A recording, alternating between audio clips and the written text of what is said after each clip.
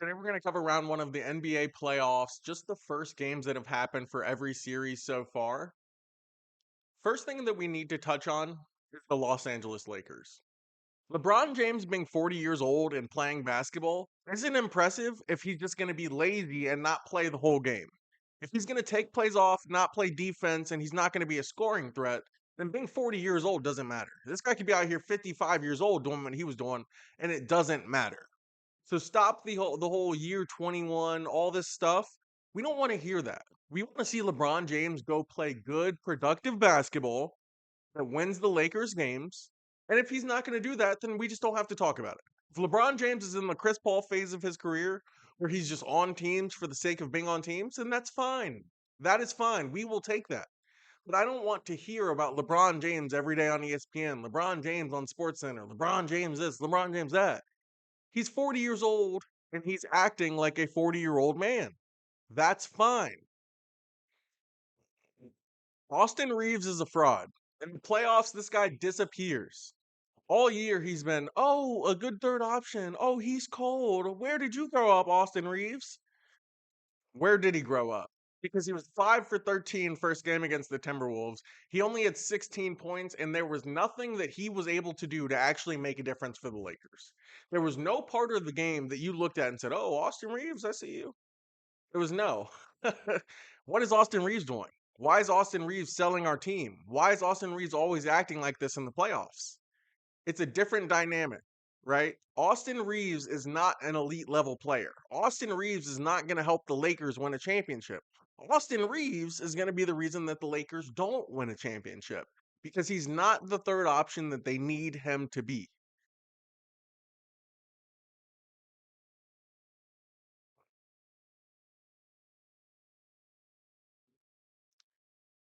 JJ Redick was forced into the Lakers head coaching position. And to be honest, JJ Redick doesn't deserve the head coaching position for the Los Angeles Lakers. He has never coached a basketball team before. So when they walk into the playoffs, this is JJ Redick's first playoff game. And it looked like it. The X and O's that he drew up, the defensive sets, first of all, on defense, the Lakers couldn't stop a soul. So what JJ Redick had drawn up wasn't working. Every other team, every other coach has thrown in curveballs on defense. Maybe it's a zone, maybe it's a trap, maybe it's switching, right? Maybe it's not switching. Every coach has thrown in something. JJ Redick did nothing. You look at the offensive end, the sets. Same sets they were running all regular season. You think teams haven't scouted that out, JJ Redick? JJ Redick doesn't deserve to be the head coach of the Los Angeles Lakers. He was given that position prematurely, and it is what it is. But in a position like the Lakers, Lakers fans expect to see the Lakers win every single year. JJ Redick doesn't give the Lakers a chance to win. He's getting out schemed, out game planned. Like during the regular season, it's basically pickup basketball. Being a head coach during the regular season doesn't really matter. In the playoffs is where we find out who is a good NBA head coach. Who's an elite level NBA head coach that can make adjustments end game, halftime, post game, in between games, right? Who are those coaches? JJ Redick is not one of those coaches. This is his first year in the league, and he's probably about 9 years. It'll take him 10 years until he's able to be one of those coaches. Stephen Curry is the greatest basketball player of all time. This is the year that he's going to prove that.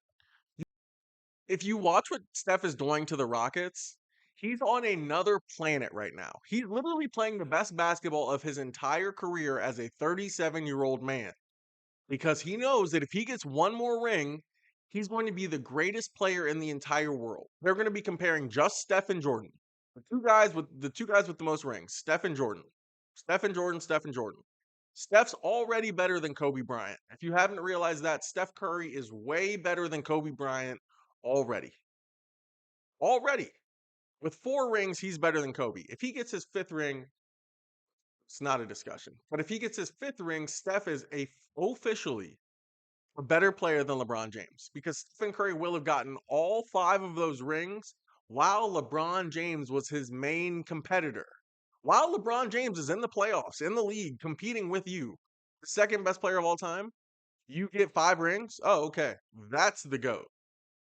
Let's just be honest. Steph Curry doesn't have to be 6'8", 250 pounds of all muscle to do what he does.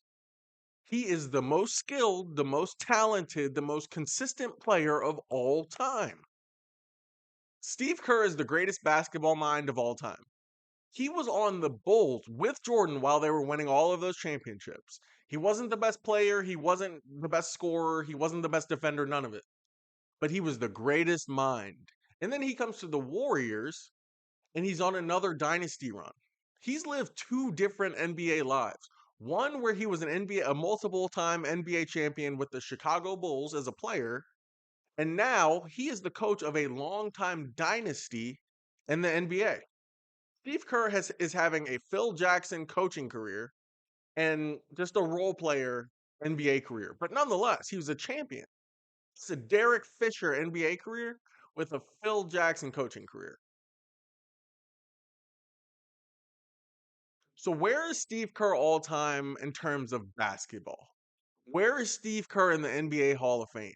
He's like a top 10 NBA Hall of Famer of all time. Just because of the teams he's been on, the places he's been, and how he contributes to success. Because he's the constant. All the success is happening, Steve Kerr's the constant. If he's in the NBA as a player or as a coach, they're going to win.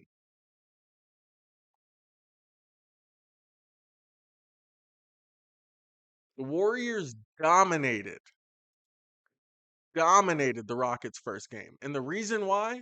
Their defense. The Warriors were clamping up on defense. Halfway through the third quarter, the Rockets had, 50 points? Typically, teams score that in a quarter and a half. They had gone 3/4 of the game only scoring 50 points because the Warriors were clamping up. Everybody on the team was contributing. Draymond, Jimmy, Gary Payton, Brandon Podziemski, Quentin Post, everybody on the team was contributing to defense. And that's Steve Kerr. Steve Kerr is the greatest coach of all time. The way that the Warriors are playing right now, who can stop them? Realistically, who can beat the Warriors right now? They are the hottest team in basketball right now. Amen Thompson didn't look like the Amen Thompson that they show highlights of last night. He just looked like a guy out there. He's a freak athlete, and I get it. But that's only good for putback dunks. He had a couple of putback dunks or dunk attempts yesterday. But then, dude, if you can't go to the free throw line and make free throws, then we don't care. We're just going to foul you every single time. All I saw Amen Thompson do yesterday was miss free throws. He didn't lock anybody up on defense. I didn't see any huge contributions on that end. And then on offense, he had a couple mid ranges, a couple dunks, missed a bunch of free throws. It's like, come on. They hyped this kid up. He needs a lot of work on his game. I could leave Amen Thompson in the gym overnight, lock the doors, leave him in there. If I told him he couldn't dunk, he would come out in the morning with 8 points.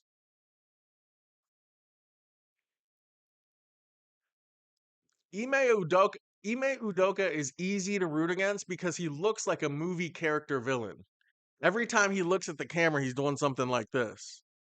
It's like this guy is the most unlikable character that I've ever seen on a TV screen. Every time I see him, I just want him to lose. Every single time I see him, I just want him to lose. And then the stuff happened with him as the Boston Celtics head coach where he had to leave that scenario. But it's like Ime Udoka just looks like a bad guy. He looks like literally a movie character villain. So no. Warriors in 4. Damian Lillard's been sitting out because of a blood clot, and now because of the NBA playoffs, he has had the quickest blood clot recovery of the NBA history.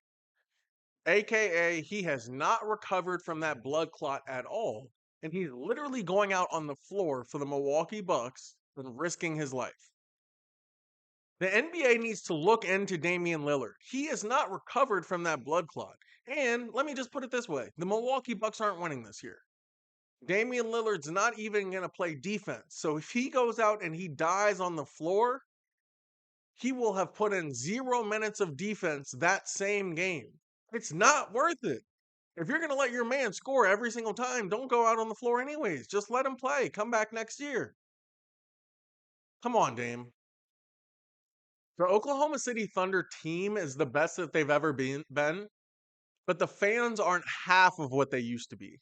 Oklahoma City Thunder fans used to be crazy. They used to pack out the arenas, they used to match t-shirts, and it was a wild environment to play in. And that's when their team was good, not great. Now they have a great team, and their fan base is below average. The Thunder fans don't support the team the way that they should be. They don't come out to the games. They don't all match apparel. The Thunder fans don't care. Why aren't you supporting your team? This is the best that they've ever been, and you have a bunch of young stars. If I was a Thunders fan, I would show up every game. I would support. I would watch the games from home. What are you all doing?